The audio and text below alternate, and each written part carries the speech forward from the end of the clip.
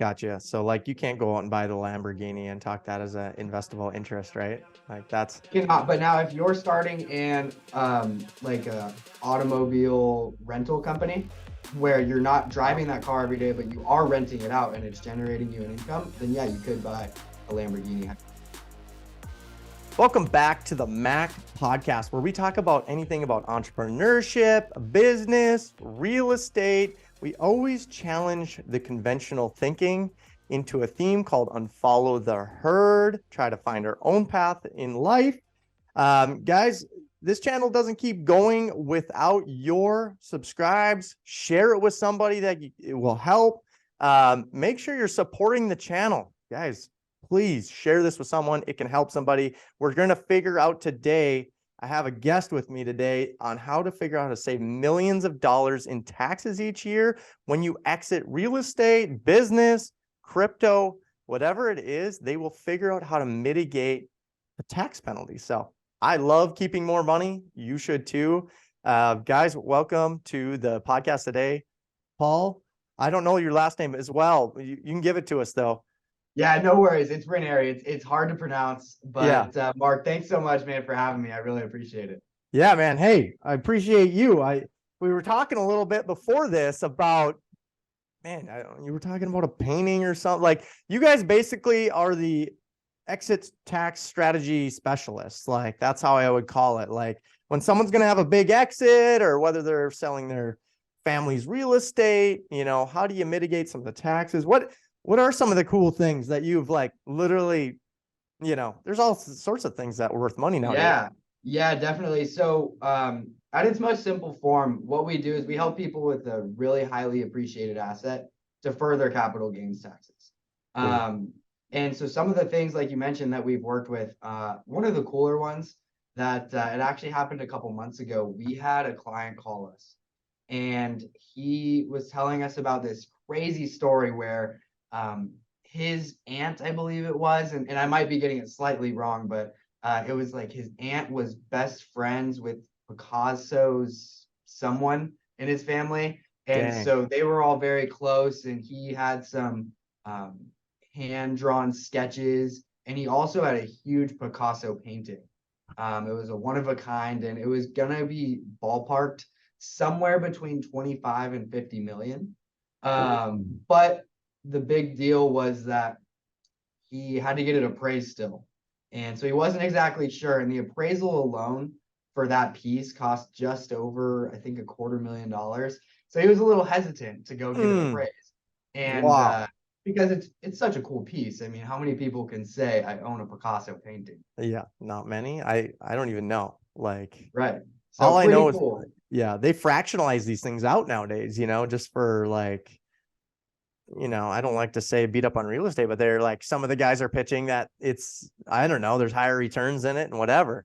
So how do you even go about exiting? Like what's the strategy? How do you guys save taxes on something like that where you can't depreciate the painting? Right. you, No, you really can't, good question. yeah. Yeah. So we use a tax strategy. It's called the Deferred Sales Trust. It's on Internal Revenue Code 453. So it has some different uh, restrictions than, let's say, if you were to do a 1031, right? Different tax code.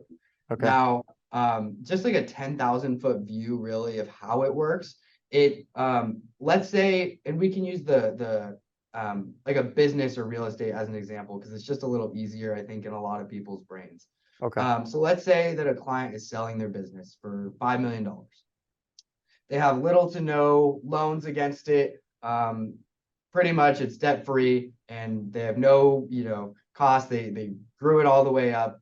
Um, they're going to pay a significant amount in capital gains taxes. I Of mean, in course. California alone, where we're located, it, Oh, it 37.1%.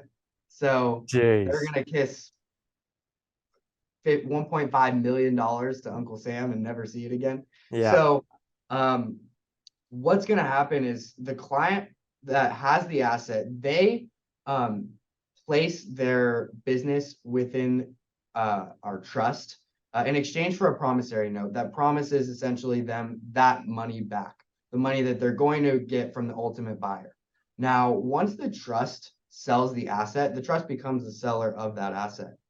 Mm. Once they sell it, the idea is that constructive receipt is not taken. So just like in a 1031 exchange, the reason for the qualified intermediary is so the client doesn't take constructive receipt. And that's what this whole idea is focused upon. So essentially, the trust gets funded without the money ever touching the client's bank account. Now, once that trust account does get funded, the client essentially becomes their own bank. They get to determine with their investment advisor how they want to invest that money. So some people might be not so risk averse. Maybe they want to do something like guaranteed fixed annuities. Maybe they want to do some sort of treasury bills, something relatively safe. We also have other clients who are saying, hey, we grew up in real estate. We love real estate. We just don't want to be constricted by the 1031 guidelines. We don't want to have the 45 days to identify, have to close in 180 days. Maybe we're moving from California. We want to buy in Tennessee. And that timeline just isn't going to work for us. So there's a lot of different options, but some people would like to invest back in real estate. They can invest into any income generating asset, whether it be real estate, a business, stocks, bonds, whatever it might be. So there is a lot of flexibility with it. Now, all of that, of course, is based on the client's goals. And it really depends on how much money they need from the trust. So the trust is going to be paying them out in income in the form of interest payments every month, year, however they would like to receive those payments. Now, as long as they don't touch the principal, then they're not going to be paying the capital gains taxes at that time. Anytime principal does get touched, the proportionate amount of capital gains tax does get paid. So it's definitely not a tax elimination strategy by any means, but it is a deferral. So if you want, you can think of it similar to like an IRA account. Yeah. This is super interesting. So you can get paid the interest though, right? You can get paid interest. Are you limited? I know you mentioned like bonds and different things. What else can you invest in with that trust? Yeah, so you can invest in anything that has an investable interest. And what that means is if you're going to have anything that the IRS could come at you and say, hey, you own this, this is in your receipt, you are using this daily. Like an easy example would be a primary residence, right? You live there, the IRS is going to say, no, you live in it every day. That's your property. You need to pay taxes. Now, if it's an investment property and someone else is paying you rent and it's generating an income, that's completely acceptable. So anything that is an investable interest is kind of what you can invest in. Gotcha. So like you can't go out and buy the Lamborghini and talk that as an investable interest, right? Like that's cannot. But now if you're starting an like a automobile rental company where you're not driving that car every day, but you are renting it out and it's generating you an income, then yeah, you could buy a Lamborghini. I like that. So when the money's sitting in this trust, we sold the Picasso. We got 25 or 50 million. Can we, you hear of all these things of infinite banking a little bit. Can you borrow against that money? So you can't borrow against that money because the IRS would see that as constructive receipt. Now, I'm not going to badmouth any of the other tax strategies that are on the same tax code, but don't have the same IRS audits that we've had. We've been fully audited by the IRS, been fully closed out, no change audits a little over a dozen times. So there's just been back-to-back success. But there are some other strategies that kind of give us a bad name and a bad rap. Because just because they're on the same tax code, people often associate them together despite them not being similar at all. And what that strategy does is essentially what you just mentioned, where let's say I'm selling my business for, I'm just going to use $1 million here just for ease of example. That company is going to say, okay, hey, great, we'll give you a loan for $950,000. We're going to take $50,000 and in 30 years pay us back the full $1 million and have a great life. And so the IRS is basically saying, whoa, whoa, whoa, whoa, what's going on here? You guys, that money's in your pocket. You have to pay taxes. And so they're having a lot of trouble closing out their cases because obviously it's kind of a no-brainer that just doesn't work. Right. Yeah. Gotcha. Okay. So there's no way to borrow debt against a trust. Like that's a no-no. Okay. All right. I just like to make sure I know all my tax strategies. So what, say you sell your business for $1 million. What's the process like? Like how do you guys work with a client? Say I'm exiting my company. I got 90 days or something and I'm going to be closing. What's the process like from the beginning? Is it? Yeah, no, really great question. So first and foremost, and I'll start with it coming directly to me. So let's say a lot of our clients come to me through LinkedIn, surprisingly enough. They'll Okay. reach out to me on LinkedIn and they'll say, hey, I'm closing in a few months. This is my situation. I'm selling my business for a couple $1 million and I have this much debt. I'm paying off this much of loans. My CPA told me I owe about, $1 million in taxes. Can you help? So first and foremost, what I'll do is I'll schedule a time with them, just discuss kind of the basics of the deferred sales trust. And the big thing I want to find out is I want to find out their goals. I want to know what they're going to do with this money. Are they planning to retire and live off of this money? Do they want to take it? Do they want to pay off their mortgage? Because if they're going to pay off their mortgage, if their goals are to pay the mortgage, buy a new car, pay for their kids' college right away, Yeah. pay off their student loans, all of that's going to be considered constructive receipt in the IRS's eyes. So it might not make sense for them to pay our fees and then also pay the capital gains tax. So, and then also, it just wouldn't make sense at all to put that money in the trust because if they're going to pay all those mortgage, everything like that, Yeah. then that can't be held within the trust. So it really is dependent on goals. So we have the conversation about goals first and foremost. If it seems like it's going to be a good fit, the next step would typically be I want to get them on the phone with our trustee just to answer any of their really in-depth questions that they might have or that they might think of on that call because he's really good at bringing out different ideas, things like that. If Quinn, our trustee, if he deems that it's going to be a good fit, it's as we're getting closer to the sale, we get our tax attorney, our legal team involved, and we make sure that everything is structured in order to keep taxes optimized. So we want to make sure that everything happens with the correct verbiage, things like that, and all of the stuff that he does. Honestly, way above my pay grade. I love being on those phone calls though, because he is one of the smartest guys I think I've ever heard talk. Oh, And wow. and so once we connect our clients with Todd, who's our tax attorney, Yeah. from there it's a pretty painless process for the seller actually, because he handles a lot of it to make sure that everything happens smoothly. And so from there, once it gets funded, that's really when they dive into, hey, how do you want to invest this Wow. Wow. Okay. And so what's timing of, let's just say we initiate contact to like, we got a plan together and the trust built and, cause obviously you do all of that, right? Like you form everything start to finish. Yep. Our attorney, he will form everything for the client.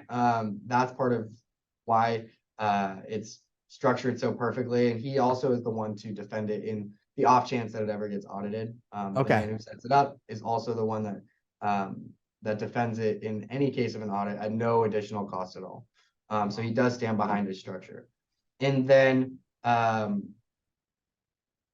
what was your question again, Mark? Well, I'm just sorry. like I was just thinking about timing, Okay. usually these attorneys need time and is it Yeah. a year-long process? Like how in advance would someone want to get a hold of you to prepare for this if nothing's Yeah, set up? no, great question. Because we've had some people reach out to us like a year in advance, and that's a little early, to be Okay. honest. That Okay. is a little All early. right. But we get it every day. People will reach out, a Okay. year, a few months. When we'd like to be involved is prior to a letter of intent, or around the time you're going to be having a letter of intent. Okay. Now, we've done these in as few as about a week, as little as about a week. Now, that's not ideal, just because everything gets rushed and it's really stressful on our team and our attorney. And so I'd like to say maybe a month or two is really the ideal timing prior to exit. Yeah. Well, I like that you said a week. I mean, it sounds like we could work together then. Right before last minute. It's okay. I like to move quick. Yeah. And like things are gonna go like we're rolling, right? Like Yeah. so you guys react pretty quickly then. I'd say if you're to the point of LOI, hopefully you have some plan in place. If you don't have any Right. plan, they could still do it in a week. Exactly. There Might you cost you a go. little, might cost you a little more. Is there like a certain threshold? Say, I sell a company, it's like, let's just say a small company. I don't know, $100 to $200,000 exit, no debt on it. Is it even worth it? Is there certain thresholds that make sense, like 1031s and all that? Like you kind of have thresholds that make more sense than not. Yeah. So I would say that the threshold that it starts to make sense is about a six-figure capital gains tax bill. Okay. And reason being is just because we want to make sure that after the fees involved, that the client is going to get the most out of it. We don't want them to be paying the fees and then taking that money out right after or soon after. And at that point, it just doesn't become beneficial. So we start seeing the most upside after the six figures in capital gains tax bill. Gotcha. No, man, I love it. So Yep. How in the heck did you get into this game? And why did you get curious? This is like a weird niche, it's like you're not an attorney, so you're not doing it, but you're promoting it, and it's an interesting game. I'm sure you have a lot of good, interesting conversations with business owners, real estate, anyone's holding Picasso painting owners. So what's your journey? How'd you get into this, something like this? Yeah, man. So I've actually got a kind of a crazy journey here. So if I get off topic, I have a tendency to kind of sidetrack a little bit. So Yeah, let's do it. me on. It's okay if you slap me silly a little bit, but Yeah, let's do it. my journey. I'm a young guy. I'm 24 years old. I love it. And so I got started with my journey, my real journey, probably in May or April of 2021. Okay. I was a senior in college. I went to San Diego State, and mid-April, I was thinking to myself, hey, I got to start looking for jobs. And so I applied to this job here, my current role. Okay. And I got the job. I was supposed to start middle of June, right after I got back, right after I finished finals. After I walked, I was taking like a week or two off to spend some time with family. Yeah. And that same week, I actually found out that my dad got diagnosed with ALS. And so at that moment, my mindset kind of just shifted a little bit to, hey, I really need to be close to home. And I just wanted to spend more time with my dad. And so fast forward, it was about my first week of finals. So my very last finals. I'm a senior in college. I just applied to jobs. I just got a job, and I just wasn't feeling great. So I was going to the doctor, and I hadn't really told my family anything, just because I didn't think anything was wrong. I was pretty healthy. I was in great shape. I was benching more than I'd ever benched. I was super cut. I felt awesome, right? And I couldn't run a mile in its entirety. Like I just couldn't do it, and I didn't know why. And so I went to the doctor because every day I would wake up about 8 a.m. and I would drink a Bang energy drink, if you're familiar. Yeah, Bang. My daughters tell me. It's 300 milligrams of caffeine. It should be enough to kind of get me through the day. And so I woke up at 8 a.m. I would drink a Bang right when I woke up, and I'd make a big breakfast, and by 12 o'clock, I was in my room asleep. I was exhausted. I just couldn't do it. So I had a feeling something might have been wrong. I thought maybe I had like an infection or something. yeah. And so my first finals week, I'm studying, and I got a phone call, and it was like, hey, I think you need to go see a doctor from our, our student healthcare center. And I was like, oh, okay. Long story short, that week I got diagnosed with stage 3 cancer, Oh my and God. it was pretty gnarly. Pretty much no one knew, and I don't know if many people even know today. So if you're watching this, shoot me a text. Yeah, I'm good now. So spoiler Yeah, let's alert. go. Been Let's go, about 2 Paul. years here. Knock He's on really wood. good. But anyways, May 26th, kind of my whole life changed of 2021. It was my graduation day. I was walking at Petco Park, and that was, it was graduation at 5:30, and at 3:30 I had a meeting with my oncologist in La Jolla. So it was, 20 minutes away, and I'm sitting in the room, and my first question to the doctor was, "Hey, like, do I have cancer? Like, is it good? Like, did the surgery get it all out?" And he's like, "No, like, it's spread throughout your body, and like, yeah, it's stage 3. Whoa. I have to do chemo for the next 3 months." And I was like, "Okay, well, am I gonna lose my hair? Am I gonna lose weight? What's gonna happen?" And he just told me, he's like, "Look, it's gonna suck. You're gonna lose 30 to 40 pounds.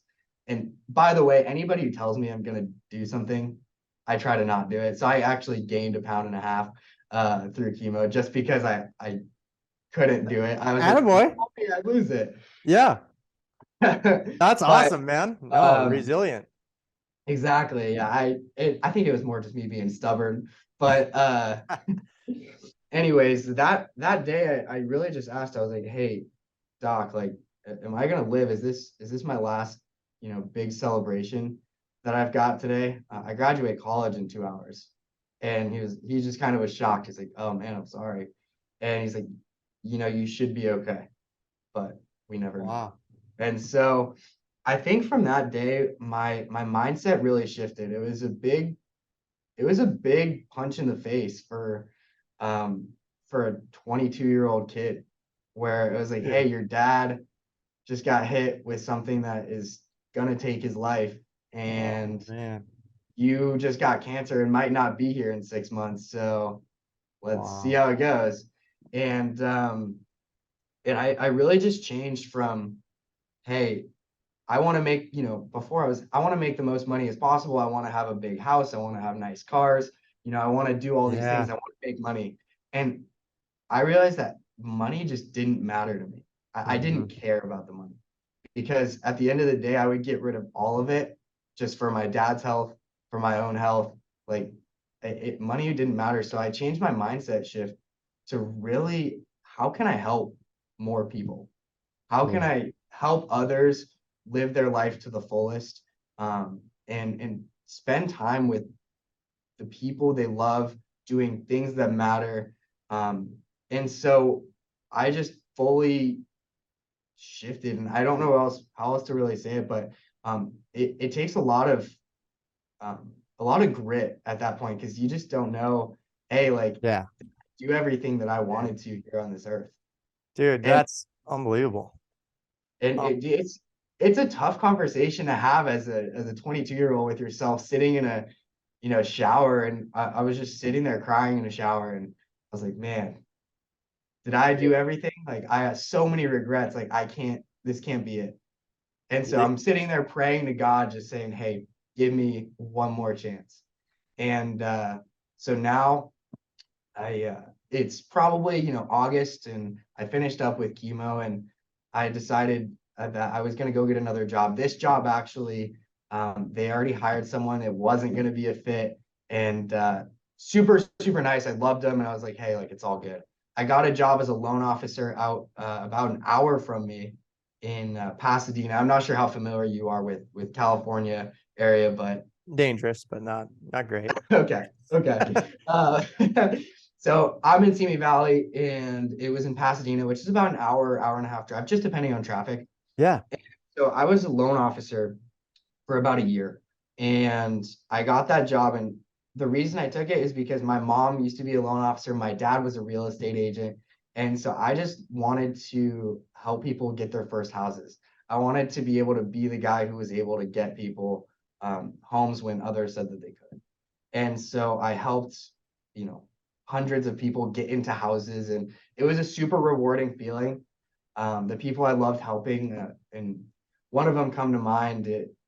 I'll get rid of their names. It was a young lady and a young man who were 19 years old, and they both worked at Walmart in the overnight stocking.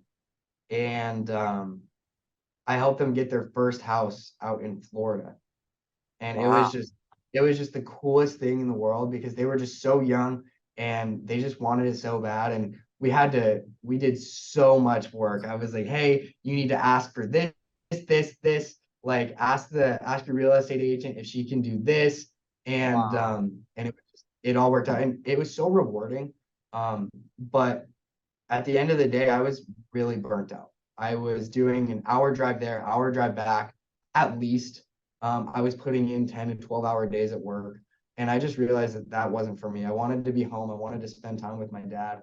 I wanted to just be around family more. And I wanted to work a lot less. So I randomly got a call one day during my lunch from Quinn in our office and David, the co-trustees. And they just said, hey, Paul, I heard you're doing really well over there. We talked to your family, and because they were family and friends, and they're like, Okay. apparently you're killing it. And I was like, yeah, like I love it. Like I'm helping a lot of people. And they just said, is there any chance you'd be interested in working here?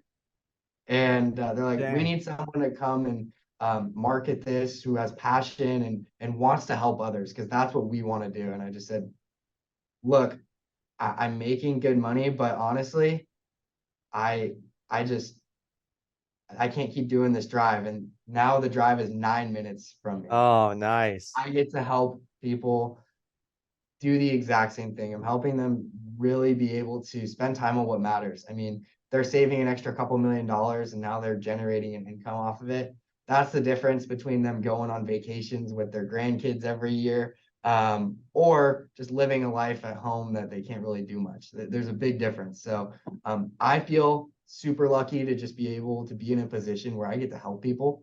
So it's really, really cool. I can't be more grateful for the position I'm in. Dude, that's awesome. I think it's just so inspiring, really. Like people thought they were going to come here and learn about how to defer their taxes, but like your story is literally like overcoming adversity and mindset. Like you turned everything, like you were thinking about money, like you were money hungry, like you're like, I want Yeah. more, I want more. You battled through literally your father you knew was sick, and then all of a sudden 2 weeks or right before freaking graduation, 2 hours, you get Yeah. diagnosed.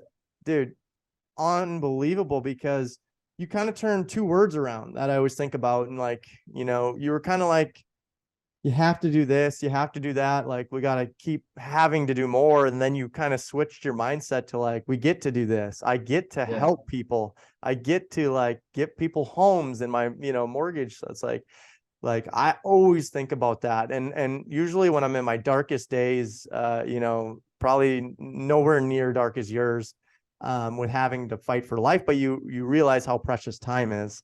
Um, and and when you don't have dad there, and you're sick or whatever, it's like, wow, that's like super inspiring, man. Because you switch have and get around, and suddenly now you work every day and you're like just like the happiest guy. Like, I get to help people.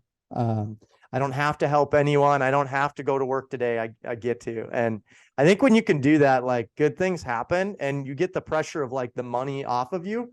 And then now you're all driving on purpose instead of just like final outcome and final destinations. And I need to be rich and whatever. It's like you found your purpose. So I think everyone that thought they were coming here for a tax deferment strategy, but I think your strategy with mindset is unbelievable of what you've fought through. And I hope a lot of people took away from that story. Listen to that story again, rewind it if you can, because you get a lot of inspiration. So no, man, that's awesome. So how much different what you're doing today then? Like, obviously you didn't see yourself here. I know you have a different role in the business. It's not like you're doing the legal work and writing up the trustees. What are you doing? What are you doing with the company? Yeah. Awesome question. So for the most part, my job consists of two different things. So first and foremost, I'll talk about the client outreach first. Yeah. Clients will reach out to me, and they'll see me on LinkedIn, they'll see me posting on social media, and they'll be interested. They'll say, "Hey, what are you doing?"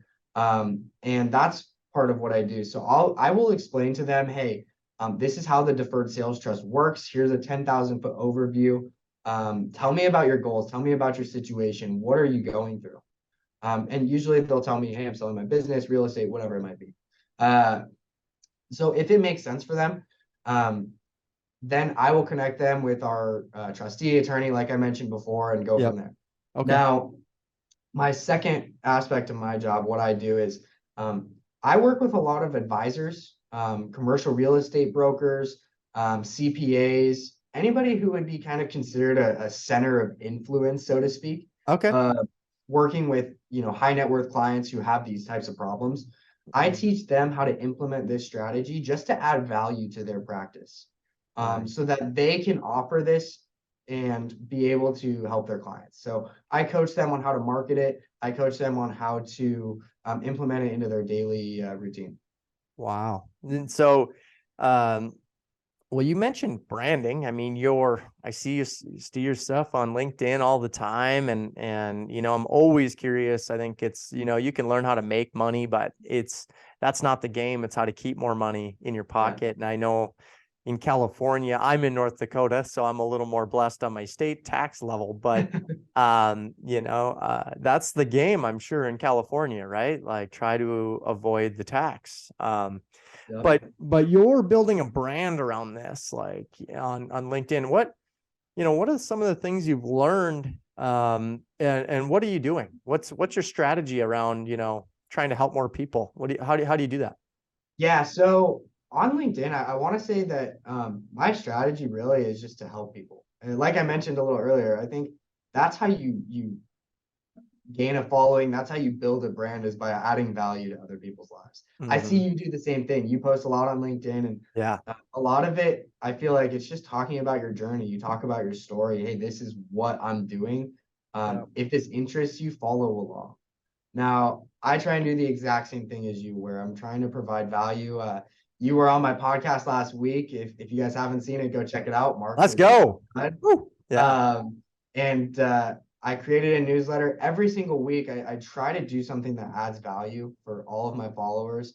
And it doesn't need to be deferred sales trust related, because at Okay. the end of the day, I just want people to get the most out of it. And I want to be able to help people. Like I said, um, it's so rare, I feel like, today, where you find others like yourself. I mean, and that's why I reached out to you to even be on my podcast. And I just wanted you because you seemed like you just want to help people. And it's so rare to find today. It's crazy.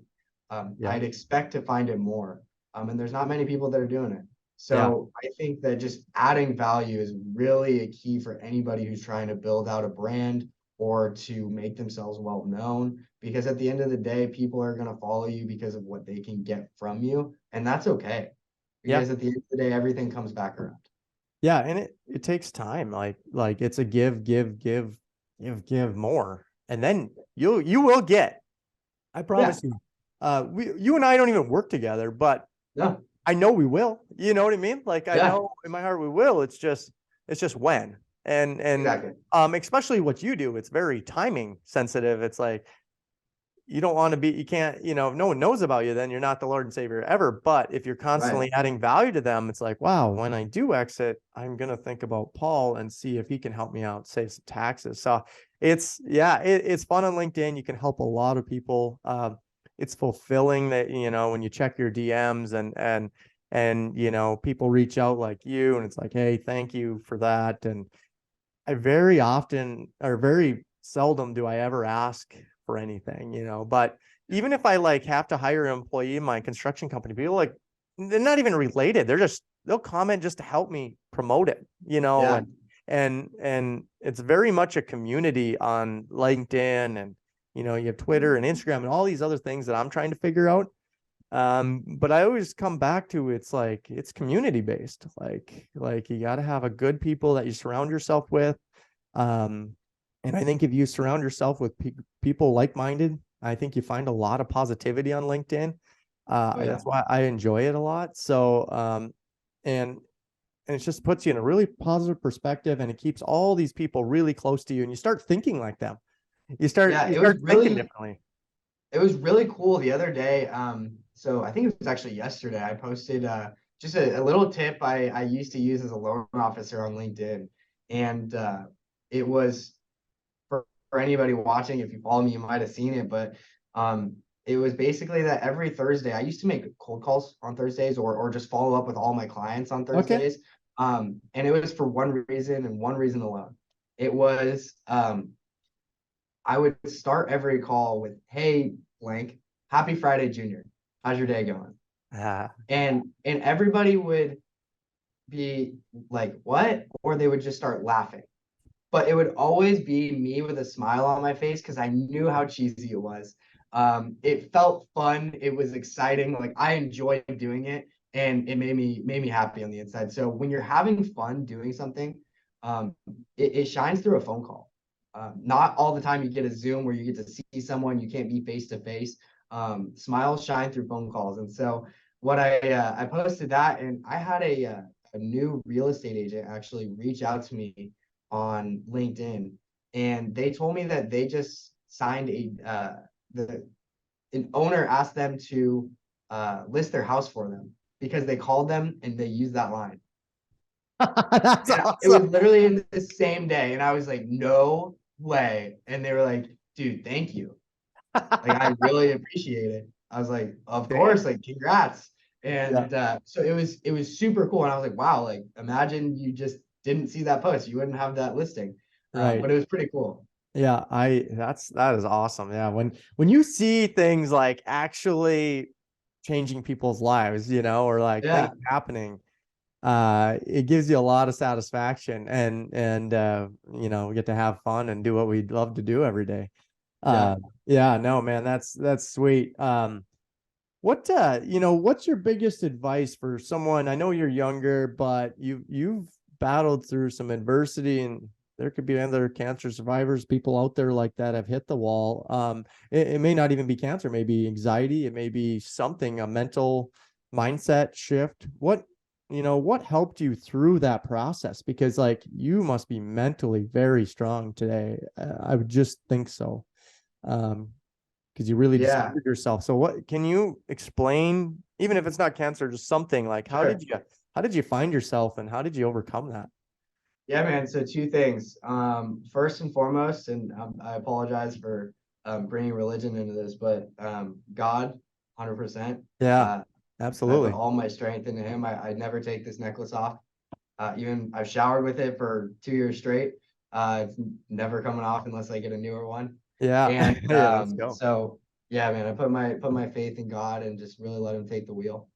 Cool. Second, ever since I was a kid, my dad would ingrain this in through sports, whatever it was, just in life. He would tell us that there's two things you can control. It's your attitude and your effort. If you have a positive attitude and you give 110% effort, don't be upset with the result. Mm, You gave it your all. There's nothing else you can do. And so it really lets you relax just because you know you're giving it your everything. mm-hmm. And you don't live a life of regret. And I think that regret is oftentimes the reason that people will be anxious. They'll wonder, oh, what would have happened if? Yeah. Or, oh, like, what if I would have just bought that house and didn't invest in this? And I'm gonna make the wrong decision, or what should I do? As long as you can tell yourself at the end of the day that you tried your best and you did it with a smile on your face, with 100%, um, you know, just loyalty to trying to do your best, can't change it. So just I live with love it. that. And it really helped me just get through everything, man. Cool. Both of those combined, yeah. Yeah. Well, that's some good hacks. I mean, yeah, like I said, you really discovered, I'm sure, exactly who you are and how to fight through some of that stuff. So that's awesome. So I know that you're probably the mindset a lot stronger than a lot of people out there. You got any of the what's your biggest fear? Dude, spiders. Take that to next No. level. No, not spiders. I think it's it's a fear of being mediocre, of living a life that I don't help people, living a life that I just sat and I watched Netflix every day. I try to think of life as, if I'm watching a show on Netflix, would I be content with just watching someone sitting on the couch watching TV all day? Like, is that an exciting story? Is that an exciting journey to watch? No. Yeah. Like, so why am I going to live that way in real life? You know, I want life to be exciting. I want to help people. I want to be the reason that um, others are happy, others succeed. And so something I started doing right when I got back into the area, I started actually volunteering at a baseball league. It's Cool. for kids with disabilities who just want to play baseball. So they're between ages 4 and 15. And I just wanted to give back. I wanted to do something that helps kids, helps others, just make a difference in their life. I mean, something as small as an hour of my Saturday morning, like I get to change the lives of 15 kids, you Yeah. know, That's and cool. put a smile on their face. So Yeah. it's little things and everybody can do it. And it's not going to be, you don't even have to go volunteer, whatever. Maybe it's, you see someone who needs gas in their car, they left their wallet at home. I mean, is $50 going to kill you? Yeah. Yeah. No, heck no. Yeah.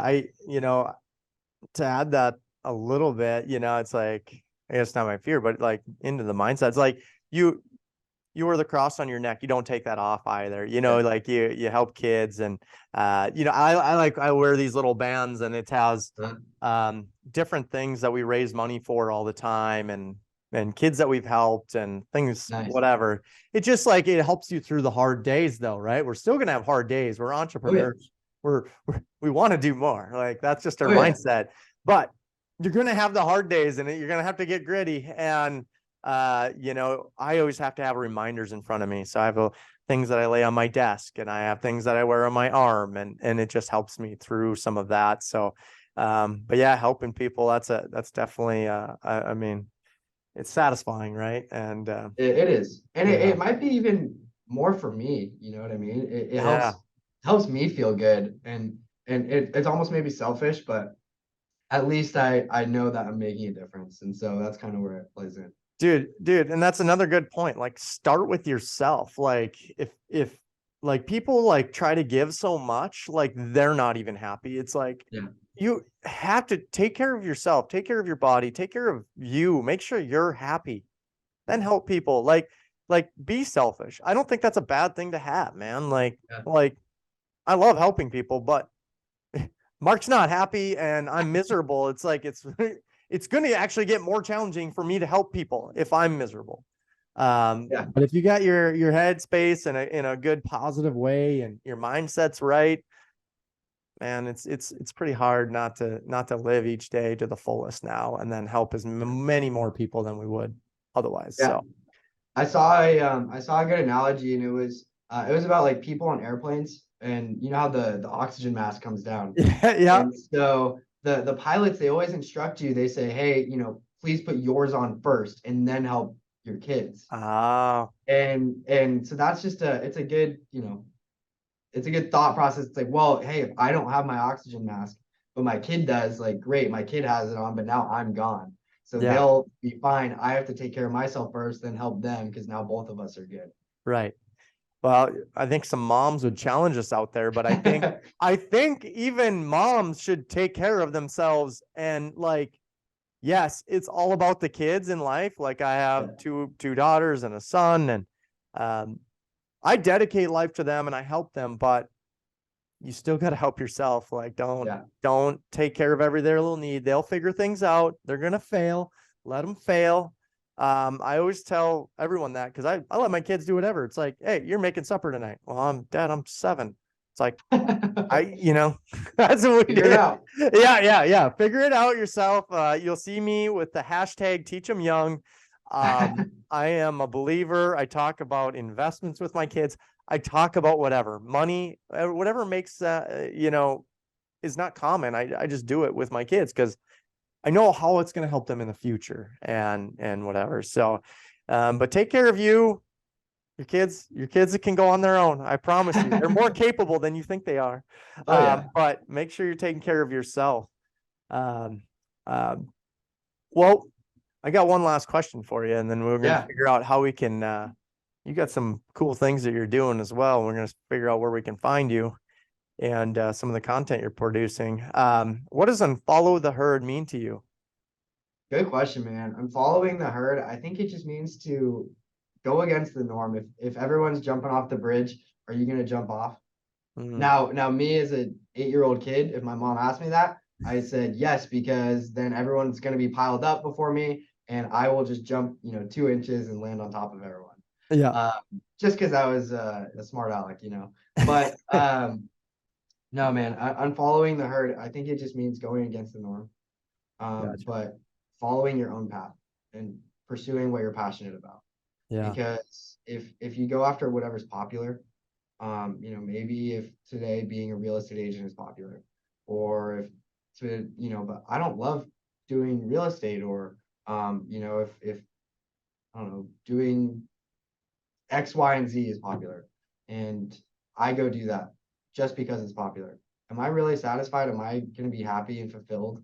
And when I fast forward to being 80 years old, looking back, am I going to live a life? Did I live a life that was full of regret? Mm. And I never want to be that way. So I think it means just pursuing your dreams and never living a life that's filled with regret. Dude, I love that. That's good. That's good. How do we find more from Paul? What happens if we want to learn more about tax deferment and where are you producing content? Yeah, so mostly I would say LinkedIn is going to be the best place to find me. It's just my first, my last name, Paul Ranieri. And then subscribe to my newsletter. I do a weekly newsletter with a podcast. So last week, Mark was on it. I don't know when this is going to get posted, but it was posted around June 20th or so. Yeah. So go check that out. Mark was a stud on there. I had a great time. That was one of my favorite interviews. So Yeah, no, definitely, it's good, man. I love it. I love it. That's definitely awesome. everyone I should go check appreciate that you. one out. And yeah, check out YouTube. I mean, YouTube is linked with my newsletter and podcast. So if you're Cool. trying to get, just some more info, definitely, if you have questions, reach out to me. I'm always happy to answer any questions or help anyone.